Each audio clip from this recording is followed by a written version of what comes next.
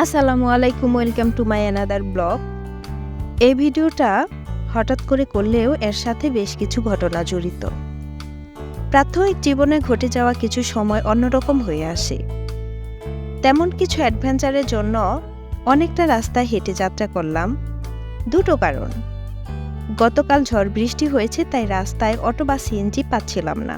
অনেকক্ষণ অপেক্ষা করার পর ভাবলাম হেঁটেই আগাতে থাকি, এতে রাস্তায়ও ফুরাবে, সময়ও নষ্ট হবে না।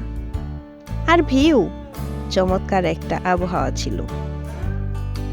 যেহেতু গ্রামের ভেতরে রাস্তার দুই পাশে গাছ, চারদিকে সবুজ প্রাকৃতিক সৌন্দর্য।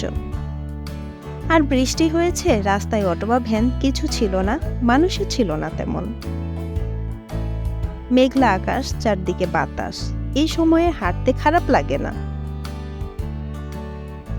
সাথে ব্লুটুথে স্লো ভলিউমে রবীন্দ্রসঙ্গীত বা প্রিয় কোনো গান।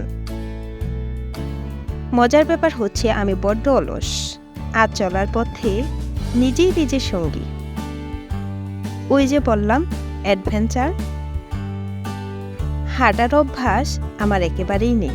ভিন্ন কিছু উপভোগ করার জন্য মূলত হঠাৎই ভাবনা।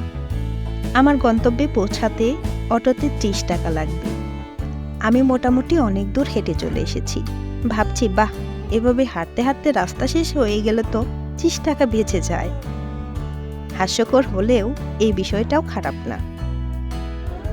গ্রামের ভেতরে মেঘলা দিন আর বাতাসে অনেকক্ষণ ধরে হাঁটছি। এতক্ষণ হাঁটতে হাঁটতে আমি প্রায় 30 মিনিট ধরে হাঁটছি, কিন্তু আমার মনে হচ্ছে আমি 2 ঘন্টা ধরে হাঁটছি। আর টাকা, এই 30 মিনিটে মাত্র 10 টাকা রাস্তা হাঁটলাম। 10 টাকা বাঁচাতে গিয়ে 100 টাকার পরিশ্রম করতে হয়েছে।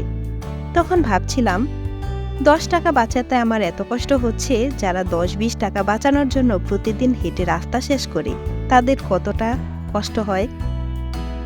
এমন অভিজ্ঞতা হয়তো অনেকেরই আছে। 10 টাকা যে কতটা মূল্য, সেই অভিজ্ঞতা হয়তো বা এভাবে না হাঁটলে বুঝতাম না।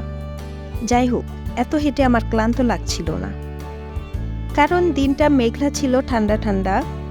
রাস্তায় অনেক বাতাস ছিল, এত সুন্দর ছিল, এটা ওটা দেখতে দেখতে চলে এসেছি। আর রাস্তাটাও অনেক সুন্দর ছিল, আপনারা দেখতে পাচ্ছেন। কিন্তু আমার যে পা ব্যথা করবে এটা মাথাতেই ছিল না। 20-30 মিনিট হাঁটার পর আমার পা এমন ব্যথা করছিল, মনে হচ্ছিল পায়ের হাড্ডিগুড্ডি সব খুলে যাচ্ছে। এদিকে কোনো গাড়িও পাচ্ছি না। একটু করে যাই, আর একটু করে দাঁড়াই। এভাবে অনেকক্ষণ অপেক্ষা করার পর একটা অটো পেলাম। সব মিলিয়ে অন্যরকম অভিজ্ঞতা ছিল, অন্যরকম পথ চলা।